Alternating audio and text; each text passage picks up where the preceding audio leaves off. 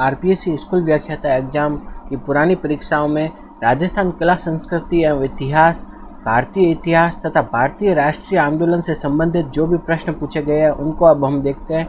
तो शुरू करते हैं। सबसे पहले हम देखते हैं किस लोक देवता का जन्म उंडू काश्मीर गांव जिला बाड़मेर में हुआ। तो उंडू काश्मीर में किनका जन्म हुआ था? वो हुआ था रामदेव जी का। रामदेव जी का जन्म कहाँ हुआ था? उंडू काश्मीर में हुआ था।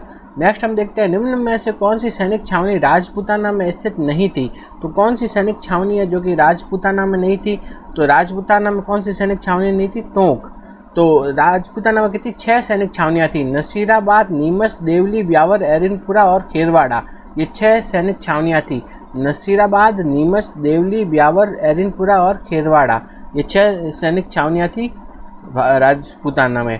नेक्स्ट हम देखते हैं निम्न में से कौन सी, अगला प्रश्न है कि निम्न में से कौन सी रचना कालिदास की नहीं है। तो कालिदास की रचना इसमें से कौन सी नहीं है बताना है। तो ऋतु संहार कालिदास जी की है, रघुवंश कालिदास की है और मेघदूत ये भी कालिदास जी की है। जबकि मृच्छकटिकम ये किन की रचना है? ये है शूद्रक की। तो मृच्छकटिकम ये रचना कालिदास जी की नहीं है। तो इसका आंसर हो जाएगा तीसरा। तो मृच्छकटिकम भी पूछा जाता है एग्जामों में। तो मृच्छकटिकम किन की रचना है? वो है शूद्रक की। नेक्स्ट हम देखते हैं आगे अगला प्रश्न कि एक चेरी जो एक दिन हमारे मुंह में गिरेगी, 1851 में अवध के लिए यह शब्द किसने कहा था? तो अवध के लिए यह किसने कहा था कि एक चेरी जो कि एक दिन हमारे मुंह में गिरेगी? तो ये शब्द कहा था लॉर्ड डलहौजी ने कहा था। तो डलहौजी ने अवध के लिए कहा था कि ये एक चेरी है जो कि एक दिन हमारे मुंह में गिरेगी, ये कहा था डलहौजी ने। नेक्स्ट हम देखते हैं बारडोली सत्याग्रह का नेता कौन थे। तो बारडोली सत्याग्रह के प्रमुख नेता कौन थे? वो थे सरदार वल्लभ भाई पटेल। तो इस सत्याग्रह के बाद ही उनको कौन सी उपाधि मिली? सरदार की उपाधि मिली थी। ठीक है, तो बारडोली सत्याग्रह के प्रमुख जो नेता थे वो थे सरदार वल्लभ भाई पटेल। नेक्स्ट हम देखते हैं 1857 के विद्रोह के समय राजपूताना के एजीजी का मतलब है एजेंट टू गवर्नर जनरल। तो एजीजी कौन था? वो था जॉर्ज पैट्रिक लॉरेंस। तो 1857 की क्रांति के समय राजपूताना का जो एजीजी था वो था जॉर्ज पैट्रिक लॉरेंस। आगे हम देखते हैं हुमायूं कौन से ईरानी चित्रकार को अपने साथ भारत लाया था। तो हुमायूं था वो कौन से चित्रकार को भारत लाया था? वो लाया था मीर सैयद अली। मीर सैयद अली एक ईरानी चित्रकार है जिसको कौन भारत लाया था? वो लाया था हुमायूं। नेक्स्ट हम देखते हैं मार्च 1948 में किन 4 राज्यों को जोड़कर मत्स्य संघ का निर्माण किया था। तो मत्स्य संघ का निर्माण किससे हुआ था? अलवर, भरतपुर, धौलपुर और करौली को जोड़ करके हुआ था। और कब हुआ था मत्स्य संघ का निर्माण? मार्च 1948 में। अगला प्रश्न है कि कालीबंगा का उत्खनन कितने स्तरों में किया गया है। तो कालीबंगा का उत्खनन हुआ है, वो हुआ है 5 स्तरों में। कितने? 5 स्तरों में हुआ है कालीबंगा सभ्यता का उत्खनन। नेक्स्ट हम देखते हैं सरदार पटेल को किस देशी राज्य के विरुद्ध पुलिस कार्यवाही करनी पड़ी थी। तो पुलिस कार्यवाही किस राज्य के विरुद्ध करनी पड़ी थी सरदार पटेल को? वो है हैदराबाद। हैदराबाद के विरुद्ध सरदार पटेल को पुलिस कार्यवाही करनी पड़ी थी। नेक्स्ट है तेजा जी की पत्नी का नाम क्या था। तो तेजा जी की पत्नी का नाम क्या था? पेमल। तो तेजा जी की पत्नी का नाम था पेमल। तो तेजा जी की पत्नी का नाम क्या था? पेमल। नेक्स्ट हम देखते हैं मेवाड़ क्षेत्र का कौन सा नृत्य है जो सावन भादो मास में 40 दिन तक किया जाता है। तो सावन भादो मास में मेवाड़ में 40 दिन तक कौन सा नृत्य किया जाता है? वो है गौरी नृत्य। गौरी नृत्य है वो कहाँ किया जाता है? मेवाड़ में सावन भादो मास में किया जाता है और उस 40 दिन के में किया जाता है गौरी नृत्य। नेक्स्ट देखते हैं किस सभ्यता स्थल में उत्खनन से चांदी की 8 मुद्राएं पंचमार्क। तो पंचमार्क मुद्राएं कहाँ से मिली है? वो मिली है बैराट सभ्यता से। इंपॉर्टेंट है, पूछते हैं कि पंचमार्क चांदी की जो मुद्रा है वो कहाँ से मिली है? बैराट सभ्यता से मिली है।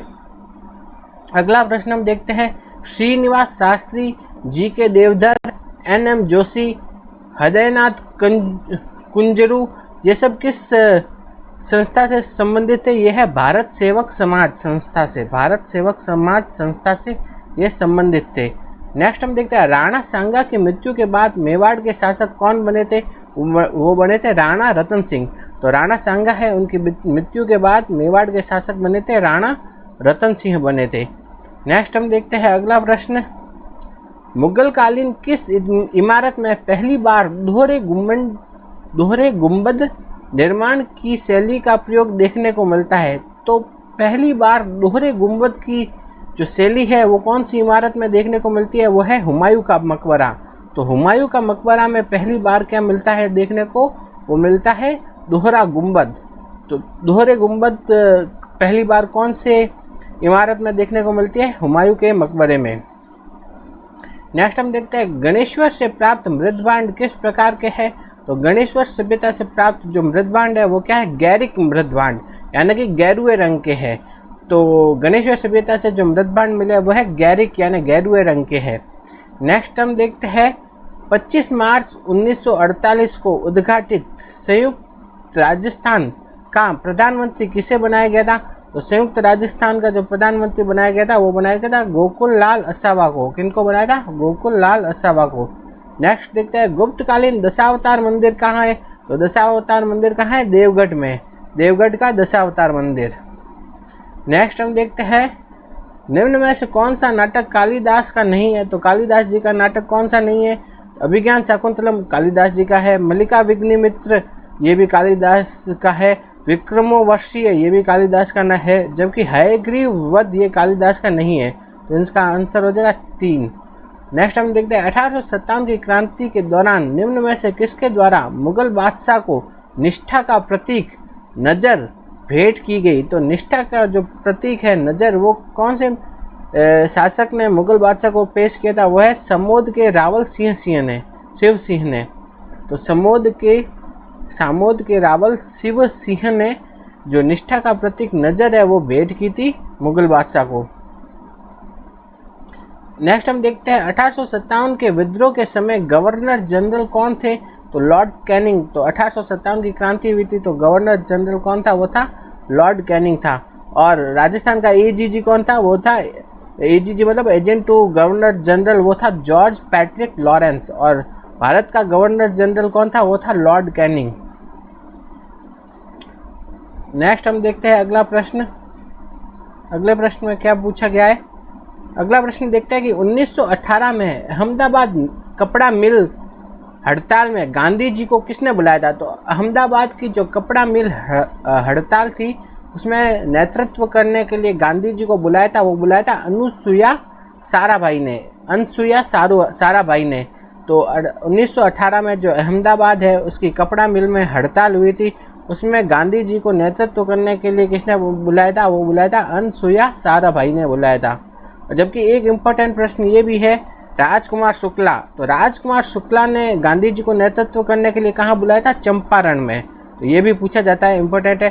तो चंपारण में जो नील की खेती, चंपारण में जो गांधी जी को नेतृत्व करने के लिए किसने बुलाया था? राजकुमार शुक्ला ने। और जबकि अहमदाबाद में गांधी जी को नेतृत्व करने के लिए बुलाया था वो बुलाया था अनुसुईया साराभाई ने। नेक्स्ट है चंपारण में कृषकों में असंतोष का प्रमुख कारण क्या था? तो चंपारण के किसानों में असंतोष का प्रमुख कारण क्या था? कि यूरोपीय बागान मालिकों द्वारा नील उगाने के लिए बाध्य किया जाता था। तो यूरोपीय जो बागान मालिक थे वो चंपारण के किसानों को ये बाध्य करते थे, उन पर ये दबाव डालते थे कि नील की खेती करें। नेक्स्ट हम देखते हैं निम्नलिखित में से किसके साक्ष्य कालीबंगा पुरास्थल से के उत्खनन से प्राप्त नहीं हुए? तो कालीबंगा है सभ्यता, वहाँ से किसके साक्ष्य नहीं मिले? गेहूं के साक्ष्य मिले हैं, बाजरा के भी मिले हैं, हाथीदांत की कंघी भी मिली है, लेकिन कालीबंगा सभ्यता में चावल नहीं मिला है। तो किसके साक्ष्य नहीं मिले हैं? चावल के। आगे हम देखते हैं पृथ्वीराज विजय के लेखक कौन थे? वो थे जयानक। पृथ्वीराज विजय का लेखक है जयानक। नेक्स्ट है हल्दी घाटी के युद्ध में महाराणा प्रताप की सेना में हरावल का नेतृत्व कौन कर रहा था? तो महाराणा प्रताप की सेना में जो हरावल का नेतृत्व कर रहे थे वो थे हाकिम खां सूर। कौन थे? हाकिम खां सूर। नेक्स्ट हम देखते हैं पांडुलिपियों के निर्माण का मुगल केंद्र क्या कहलाता है? तो पांडुलिपियों के निर्माण का मुगल केंद्र कहलाता है किताब खाना। क्या कहलाता है? किताब खाना। अगला प्रश्न देखते हैं किरातार जुनिय किसके द्वारा लिखित है? किरातार जुनिय किसके द्वारा लिखित है? वो है भारवी के द्वारा। इम्पोर्टेंट है, पूछा जाता है। तो किरातार्जुनीय किसके द्वारा लिखित है? वो है भारवी के द्वारा। किरातार्जुनीय वो लिखित है भारवी के द्वारा। आगे देखते हैं कि हमीर के किन दो मंत्रियों की गद्दारी से रणथंबोर का पतन त्वरित हुआ? तो हमीर के कौन से दो मंत्री थे जिन्होंने गद्दारी की थी? वो है रणमल और रत्तीपाल। तो कौन थे? रणमल और रत्तीपाल। नेक्स्ट है 1935 में डूंगरपुर में किसके द्वारा हरिजन सेवा समिति की स्थापना की गई? तो हरिजन सेवा समिति की स्थापना किसने की थी? भोगीलाल पंड्या ने। कब की थी? 1935 में। कहाँ की थी? डूंगरपुर में। नेक्स्ट हम देखते हैं मुगल दरबार में ईरानी चित्रकार मीर सैयद अली और अब्दुस समद को कौन लेकर आया था? वो लेकर आए थे हुमायूं। तो मुगल दरबार में दो ईरानी चित्रकार, पहला तो क्या था? मीर सैयद अली, दूसरा था अब्दुस समद। इन दोनों को कौन लाया था? वो लाया था हुमायूं। नेक्स्ट हम देखते हैं स्वामी विवेकानंद द्वारा रामकृष्ण मिशन की स्थापना कब की गई? तो रामकृष्ण मिशन की स्थापना की गई 1897 में। तारीख क्या थी? 5 मई 1897 में वेलूर में रामकृष्ण मिशन की स्थापना की थी। किन्होंने की थी? स्वामी विवेकानंद ने। तो 5 मई 1897 में वेलूर में।